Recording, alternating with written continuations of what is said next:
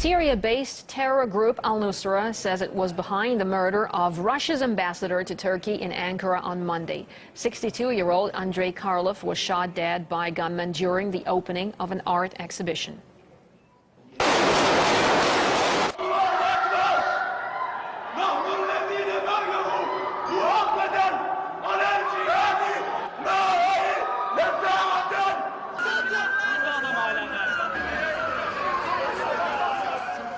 The gunman was a 22-year-old Mevlut Altinas, a former Turkish riot policeman. According to local media, he posed as a bodyguard of the ambassadors to enter the exhibition.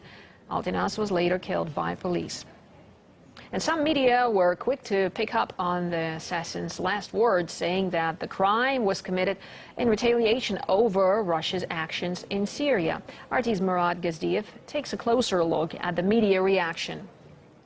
The murder of an ambassador is a political sin, anathema, taboo. It cannot be justified. Still, didn't stop the media from trying. One thing is already clear.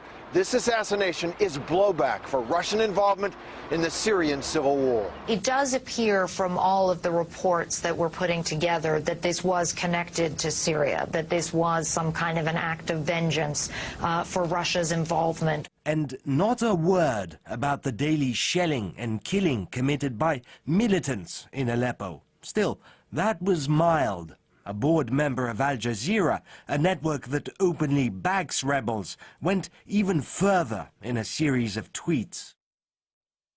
The ambassador was at the exhibition, which was open to everyone. Turkey shouldn't be embarrassed because of this act. Russia deserves the worst.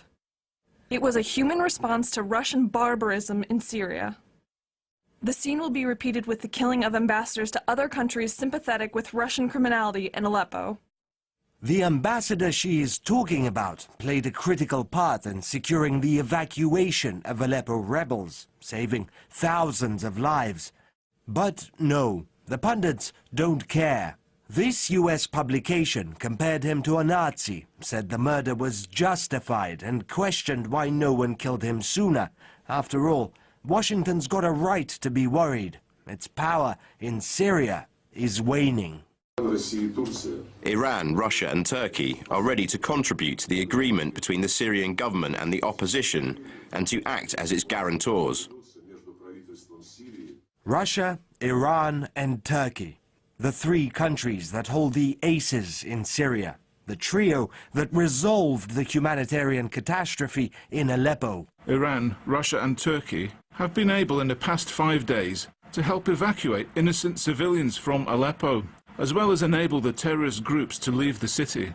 They are the triumvirate that wield the most power over both Assad and the rebels. It's not clear what all the motives, at least from the public material of the murderer, were, whether it was thought out as intending to destabilize relations. It didn't work. The assassination only strengthened the trio's resolve.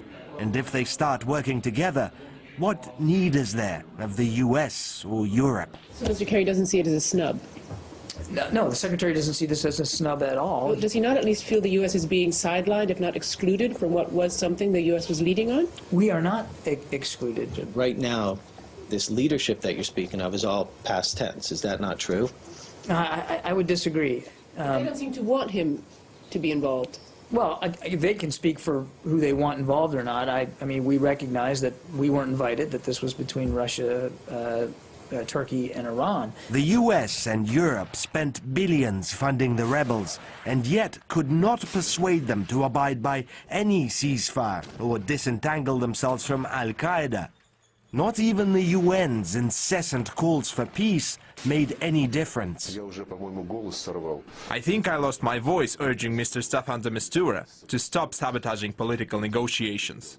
What the US, Europe and the UN could not achieve for years, a ceasefire followed by a tangible result, was done in mere days by Russia, Turkey and Iran. Herein lays the question. What do they need the West for? Murat Gazdiev, RT. Here's a recap of our breaking news story on RT International. A Russian Defense Ministry plane has crashed into the Black Sea not far from the Russian resort city of Sochi, killing all 92 people on board. A search and recovery operation is ongoing. 6 ships and 63 divers have been sent to the scene along with planes, helicopters and drones. So far, fragments of the crashed plane and several bodies have been found. We will be bringing you more as soon as we get it. And you can also follow the latest developments on our website, rt.com. We'll be back with more news at the top of the hour. Meanwhile, here on RT International, it's Worlds Apart.